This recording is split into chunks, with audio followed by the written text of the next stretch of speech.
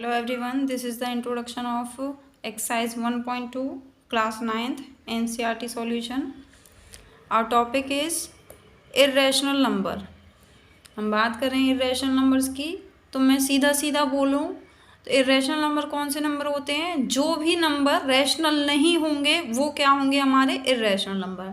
मैंने last video में आपको बहुत अच्छे से सिखाया था कि रैशनल नंबर कौन से होते हैं जिनको हम p बाई क्यू की फॉर्म में लिख देते हैं, और p और q की वैल्यू क्या होनी चाहिए? इंटीजर, और q की वैल्यू 0 नहीं होनी चाहिए। ठीक है, वो क्या होते हैं आपके रैशनल नंबर। अब बात करेंगे इर्रेशनल नंबर की, तो जो नंबर p बाई क्यू की फॉर्म में ना लिखे जाएं और इस कंडीशन को सेटिस्फाई ना करें तो वो नंबर क्या होंगे? आपके इर्रेशनल नंबर। डेफिनेशन देखिए, a number s is called irrational. किसी नंबर s को हम बोलेंगे irrational if it can not be written in the form p by q. अगर हम उसे ना लिख पाए कैसी फॉर्म में? p बाई क्यू की फॉर्म में, where p and q are integers. इस वर्ड को बहुत ध्यान से देखना, p और q की वैल्यू क्या होनी चाहिए? इंटीजर। ठीक है, and q is not equal to 0। तो जो नंबर इस कंडीशन को सेटिस्फाई नहीं करेंगे वो नंबर क्या होंगे? इर्रेशनल। तो सीधी सीधी सी बात यहाँ से क्या निकल के आ रही है कि जो नंबर रैशनल नंबर नहीं होते वो क्या होते हैं? आपके इर्रेशनल नंबर। नहीं आया समझ? एग्जाम्पल से समझ में आएगा।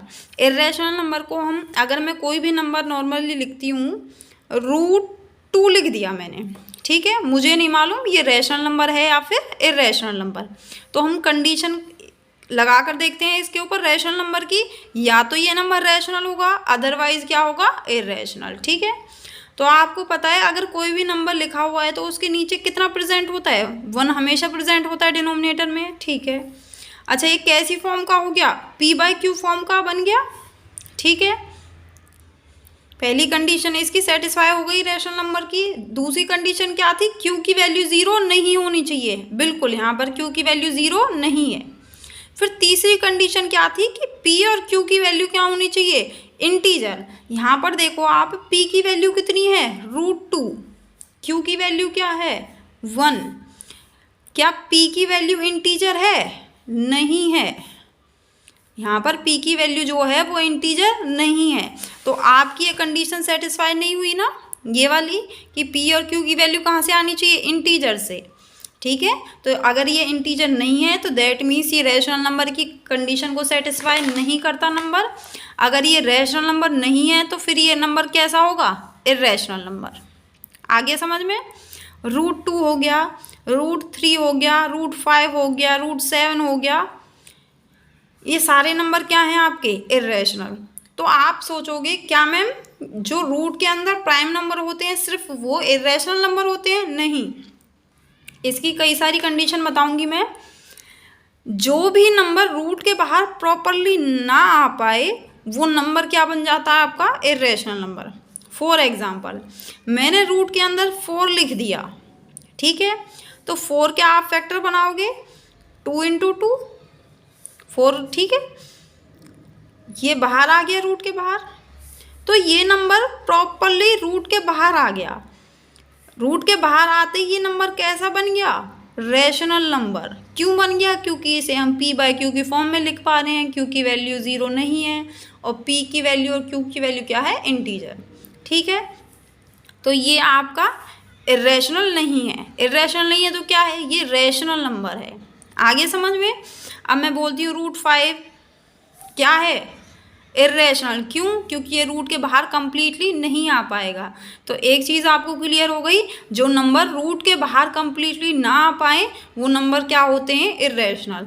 और एग्जांपल देती हूँ, जैसे मैंने लिखा √15, तो क्या ये रूट के बाहर कंप्लीटली आ पाएगा? फैक्टर बनाकर देखो, क्या फैक्टर इसके बाहर आ रहे हैं? नहीं आ रहे हैं ना, तो दैट मीन्स ये रूट के बाहर नहीं निकल पाया नंबर, और ये बाहर नहीं आया तो ये नंबर कैसा है? Irrational number. क्लियर? इसके बाद देखो √20, इसके फैक्टर बनाओगे आप, क्या फैक्टर बनेंगे? 2 × 2 × 5। रूट के बाहर ये नंबर आ गया, अंदर क्या रह गया? अब आप बताओ ये नंबर रैशनल है या इर्रेशनल है? ये नंबर है आपका इर्रेशनल नंबर। कैसा नंबर है? Irrational number. क्यों है? क्योंकि ये रूट के बाहर कंप्लीटली नहीं आ पाया, इसलिए ये नंबर क्या है आपका? Irrational number. क्लियर? तो एक कंडीशन तो आपको अब बहुत अच्छे से समझ में आ गई, जो नंबर रैशनल नहीं होते वो इर्रेशनल होते हैं।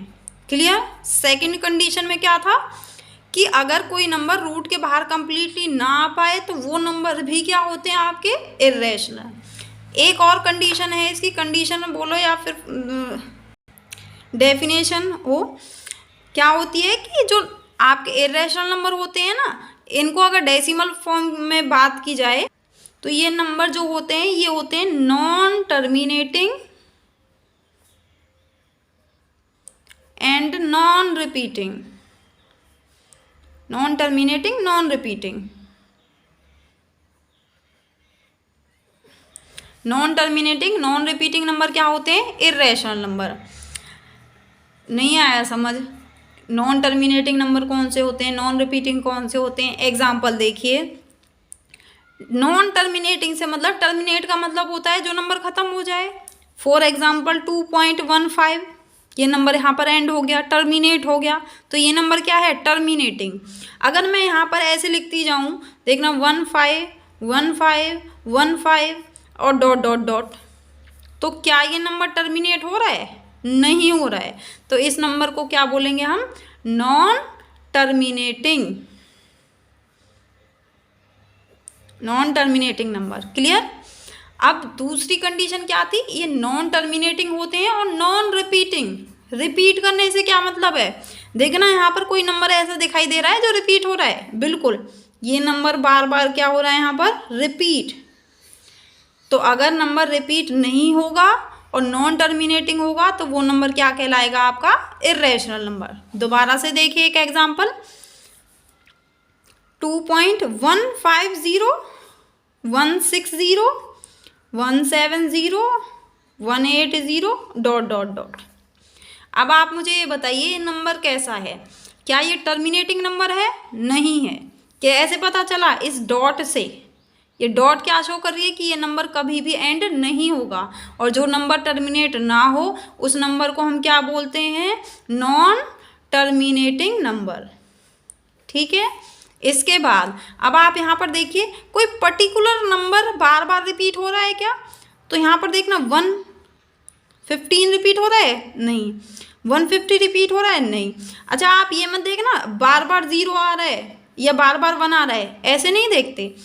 एक डिजिट के बाद ही वो नंबर आना चाहिए। जैसे यहाँ पर 15 है, वो बार बार रिपीट हो रहा है, तो यहाँ पर या तो 1 बार बार रिपीट होना चाहिए था, या 15 या 150, मतलब कोई पर्टिकुलर स्ट्रिंग बार बार रिपीट होनी चाहिए थी, जो कि यहाँ पर रिपीट नहीं हो रही है।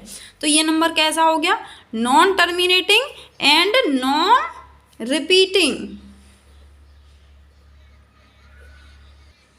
तो जो ये नंबर होते हैं ये भी क्या होते हैं आपके? Irrational number. क्लियर? मैंने इसकी 3 कंडीशन बताई इर्रेशनल नंबर की। 3 कंडीशन में क्या क्या बताया है? फर्स्ट कंडीशन में बोला जो नंबर p/q की फॉर्म में ना लिखा जाए, या फिर इसकी तीनों कंडीशन में से कोई एक कंडीशन भी सेटिस्फाई नहीं करता है तो वो क्या होता है आपका?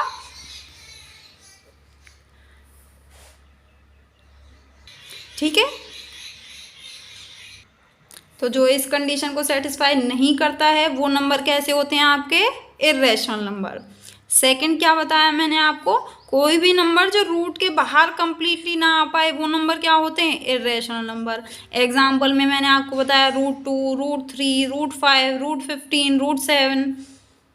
क्लियर? बहुत सारे नंबर हैं, इनफाइनाइट नंबर हैं। ठीक है? ये नंबर भी क्या होते हैं? Irrational number. थर्ड कंडीशन मैंने क्या बताई आपको? अगर डेसिमल फॉर्म में आप बात करते हो तो नॉन टर्मिनेटिंग होना चाहिए और नॉन रिपीटिंग, वो नंबर भी क्या होते हैं? Irrational number. I hope irrational number आपको समझ में आ गए होंगे कि इर्रेशनल नंबर आप कैसे देखकर बता सकते हो कि ये नंबर रेशनल है या फिर इर्रेशनल। इसके अलावा मैं एक कंडीशन और बताना चाहती हूँ आपको। पाई सुना होगा आपने? ठीक है? ये पाई क्या होता है आपका? ये इर्रेशनल नंबर होता है। कैसा नंबर होता है? इर्रेशनल। इसकी वैल्यू जो होती है वो नॉन टर्मिनेटिंग और नॉन रिपीटिंग होती है। ठीक है? तो इसलिए ये नंबर क्या होता है आपका? Irrational number. अच्छा एक चीज़ और, पाई की जो वैल्यू होती है वो हम अप्रॉक्सीमेटली इक्वल लेते हैं 22/7 की, ठीक है। अब आप अगर इस नंबर को देखो तो ये नंबर क्या है, आपका रेशनल नंबर है। क्यों है, p/q की फॉर्म में लिखा हुआ है, q की वैल्यू 0 नहीं है और p और q की वैल्यू क्या है, इंटीजर। तो ये नंबर क्या है, आपका रेशनल नंबर। और मैंने ये बोला ये क्या नंबर है, इर्रेशनल नंबर। तो क्या ये दोनों इक्वल हो सकते हैं, कभी इक्वल नहीं हो सकते। यहाँ पर अगर आप ध्यान से देखो तो इसका मतलब इक्वल टू नहीं है, इसका मतलब है अप्रॉक्सीमेटली इक्वल टू। जैसे हम नंबर को राउंड ऑफ करके बता देते हैं ना, बहुत सारे नंबर होते हैं उनको राउंड ऑफ करके बता दे, छोटा करके बता देते हैं, ऐसे ही इसकी वैल्यू को जब हमें यूज़ करना हो तो हम इसे यूज़ कर लेते हैं, लेकिन ये इसकी एग्जैक्ट वैल्यू नहीं होती। ये आपका रेशनल नंबर है और ये आपका क्या है, इर्रेशनल नंबर। एनसीईआरटी बुक में कुछ एग्जाम्पल दे रखे हैं इर्रेशनल नंबर के, उनको देख लीजिए, √3, √2, √15, पाई, और एक ये नंबर दे रखा है। ये सारे क्या हैं, आपके इर्रेशनल नंबर। अच्छा, अगर आप इस नंबर को देखोगे ना तो एक बार कंफ्यूज हो सकते हो कि ये नंबर रेशनल है या फिर इर्रेशनल नंबर है। तो मैंने बोला था डेसिमल फॉर्म में कैसा होता है number, non terminating, non repeating. तो यहाँ पर देखिए, अगर मैं 1 को देखूँ तो 1 के बाद क्या 1 आ रहा है, नहीं, तो 1 तो रिपीट नहीं हो रहा है। फिर मैंने 10 को देखा, क्या 10 हर बार रिपीट हो रहा है, देखना 10 के बाद फिर से 10 आया क्या, नहीं आया। फिर मैंने 101 को देखा, क्या 101 के बाद फिर से 101 आया क्या, आ गया। फिर से देखो 101 के बाद क्या फिर से 101 आया, नहीं आया, 110 आया, ठीक है। तो ये नंबर 2 बार तो रिपीट हुआ लेकिन उसके बाद चेंज हो गया, दैट मीन्स ये नंबर रिपीट नहीं हो रहा है। तो ये नंबर हो गया आपका नॉन टर्मिनेटिंग और नॉन रिपीटिंग, इसलिए ये नंबर क्या है आपका इर्रेशनल नंबर। ये सारे नंबर क्या हैं आपके इर्रेशनल नंबर। इसके बाद नेक्स्ट जो इसमें टॉपिक है वो लोकेट √2 ऑन नंबर लाइन। मतलब इर्रेशनल नंबर्स को हम किसके ऊपर शो करके दिखाएंगे, नंबर लाइन के ऊपर। अच्छा, आपको पता होगा नंबर लाइन के ऊपर, या फिर हम बोलते हैं उसे रियल नंबर लाइन, तो उसके ऊपर ना हर एक नंबर प्रेजेंट होता है जो रियल होता है, ठीक है। रियल नंबर कौन से होते हैं, रेशनल नंबर भी रियल होते हैं और इर्रेशनल नंबर भी रियल होते हैं। तो रेशनल नंबर को तो हम इजीली नंबर लाइन के ऊपर लोकेट करके दिखा देते हैं। बचपन से हमने पढ़ा है 0, 1, 2, 3, 4 डॉट डॉट डॉट, यहाँ -1, -2, -3 अप टू सो ऑन, ठीक है। तो नंबर लाइन के ऊपर हम इनको इजीली लोकेट करके दिखा देते हैं। अगर मुझे 1.5 लोकेट करना है तो मैं 1.5 लोकेट कर दूंगी, 1.25 लोकेट कर दूंगी, 1.35 लोकेट कर दूंगी, ठीक है। कोई भी नंबर हम यहाँ पर इजीली लोकेट कर सकते हैं, ठीक है। अगर मुझे √2 को लोकेट करना हो इस नंबर लाइन के ऊपर तो हम कैसे करेंगे। आपको पता है √2 की अगर हम पॉइंट में वैल्यू निकालें तो आपको पता है नंबर कैसा मिलेगा, non terminating, non repeating. That means ना तो वो कभी टर्मिनेट होगा और ना ही कभी रिपीट होगा। तो ऐसा नंबर हम इसके ऊपर कैसे लोकेट कर सकते हैं। लेकिन ये भी लोकेट हो सकता है, इर्रेशनल नंबर भी रियल लाइन के ऊपर प्रेजेंट होते हैं। कैसे लोकेट करना है उसका मेथड है पर्टिकुलर, वो देखिए। √2 को लोकेट करने से पहले हमें पाइथागोरस थ्योरम पता होनी चाहिए। पाइथागोरस आपने पढ़ रखी है, क्या होती है थ्योरम, आपको पता है। अगर हमें राइट एंगल ट्राइंगल गिवन है तो हम उसमें क्या करते हैं, पीजीटी अप्लाई करते हैं। ये आपका बेस है, ये परपेंडिकुलर है और ये क्या है आपका हाइपोटेनस। तो इसका रिलेशन क्या होता है, हाइपोटेनस स्क्वायर किसके इक्वल होता है, perpendicular square plus base square. इसकी हेल्प से हम √2 को किसके ऊपर लोकेट करेंगे, नंबर लाइन के ऊपर। क्लियर। यहाँ पर देखिए, अगर हमें √2 को लोकेट करना है ना इसके ऊपर, तो हम कैसे लोकेट करेंगे वो देखिए ध्यान से। √2 को निकालने के लिए आपने क्या किया, एक ट्राइंगल लिया, राइट एंगल ट्राइंगल लिया, ठीक है। मैं पहले एक बार समझा देती हूँ अलग से, फिर नंबर लाइन के ऊपर इसे रिप्रेजेंट करके दिखाऊंगी। एक राइट एंगल ट्राइंगल लिया और उसमें आपने बेस की वैल्यू ना 1 लेट की, ठीक है, और परपेंडिकुलर की वैल्यू भी 1 लेट की। क्यों लेट की? क्योंकि हमें ये वैल्यू जो चाहिए वो √2 चाहिए।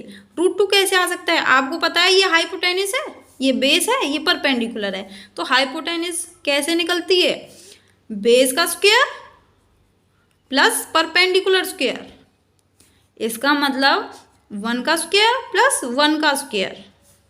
1 का स्क्वायर 1, 1 का स्क्वायर 1, कितना आ गया? 2। हाइपोटेनिस स्क्वायर कितने के इक्वल आ गया? 2 के। और जब मैं स्क्वायर को हटाऊंगी तो यहाँ पर क्या आ जाएगा? √2 प्लस माइनस √2। लेकिन ये तो एक लेंथ है ना, तो लेंथ कभी भी नेगेटिव नहीं होती, तो हाइपोटेनिस की वैल्यू क्या आ गई? √2। हाइपोटेनिस √2 कब आई? हाइपोटेनिस की वैल्यू √2 कब आई? जब हमने बेस को भी 1 लेट किया और परपेंडिकुलर को भी 1 यूनिट लेट किया, तो हमने पीजीटी को अप्लाई करके इसकी वैल्यू निकाल दी √2। तो पहले हमने ये सब किया, हमें पता चल गया हाइपोटेनिस की वैल्यू √2 आएगी कब? जब बेस 1 होगा और परपेंडिकुलर 1 होगा। अब नंबर लाइन के ऊपर आ जाइए। नंबर लाइन के ऊपर सबसे पहले आपको 1 यूनिट लेंथ इसकी बेस लेनी है, 1 यूनिट। तो ये 1 यूनिट सेंटीमीटर लो, मीटर लो, ठीक है, 1 यूनिट ले लिया हमने। अब यहाँ क्या करना है? आपको परपेंडिकुलर ड्रॉ करना है। परपेंडिकुलर पता है ना आपको, 90 डिग्री पर ड्रॉ होता है। 90 डिग्री पर ड्रॉ किया, किसकी हेल्प से? स्केल की हेल्प से, ठीक है। 1 यूनिट ऐसे लेट करोगे और 1 यूनिट ऐसे लेट करोगे, 1 सेंटीमीटर या 1 यूनिट लिख सकते हो, ठीक है। कर दिया ड्रॉ। स्केल की हेल्प से 0 to 1 बेस लिया और फिर यहाँ से परपेंडिकुलरली 1 सेंटीमीटर स्केल से मेज़र करके 1 सेंटीमीटर ले दिया। तो अब आपको पता है अगर हम पीजीटी अप्लाई करेंगे तो पीजीटी अप्लाई करने के बाद ये हाइपोटेनिस कितनी मिलेगी? √2। क्लियर? अच्छा, √2 मिल गई। अब आप बोलोगे कि मैम हमें तो इसे नंबर लाइन के ऊपर रिप्रेजेंट करना था, आपने तो ये लाइन बना दी। अच्छा एक बात बताओ, ये लाइन है, ये √2 है, तो अगर मैं इस लाइन को ऐसे मोल्ड करके इस नंबर लाइन के ऊपर ले आऊँ तो यहाँ पर भी तो हमें पता चल जाएगा √2 की लेंथ कितनी होती है। √2 क्या एक लेंथ है, ठीक है। तो अब हम क्या करेंगे? इस लेंथ को नंबर लाइन के ऊपर लेकर आएंगे। किसकी हेल्प से? कंपास की हेल्प से। कंपास की हेल्प से क्या करोगे आप? कंपास को ओपन करोगे इतना, ठीक है, एक पॉइंट को यहाँ पर रखोगे, पेंसिल को यहाँ पर रखोगे और ऐसे आर्क लगा दोगे। यहाँ से आर्क लगाओगे ना ऐसे, तो कंपास तो आपको ओपन नहीं करना है दोबारा से। आपने कितना ओपन किया था कंपास को? √2 लेंथ का, ठीक है। और जब आप उसे घुमाओगे तो नंबर लाइन के ऊपर जहाँ पर आपका ये आर्क आएगा वहाँ पर ही ये जो लेंथ आएगी, ये लेंथ कितनी आ जाएगी आपकी? √2 लेंथ, ठीक है।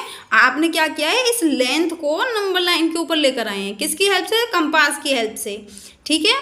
तो ये यहाँ से लेकर और जो आर्क आएगी वो लेंथ जो हो जाएगी वो कितनी हो जाएगी आपकी? √2। तो ये जो पॉइंट आया ये हमारा √2 आ गया। दैट मीन्स यहाँ पर हमारा √2 प्रेजेंट है। ये 1 सेंटीमीटर हो गया, आगे चलकर 2 सेंटीमीटर होता, आगे 3 होता, अप टू सो ऑन, और 1 और 2 के बीच में क्या प्रेजेंट है? कहीं पर √2। तो आपको लिखना कैसे है? आप पहले ये लिखोगे, लेट करना है यहाँ पर बेस 1 सेंटीमीटर या फिर 1 यूनिट, परपेंडिकुलर 1 यूनिट, हाइपोटेनिस कैसे आएगी? पीजीटी की हेल्प से √2। अब इसके बाद आप नंबर लाइन बनाना, नंबर लाइन के ऊपर ऐसे लोकेट कर देना √2 को।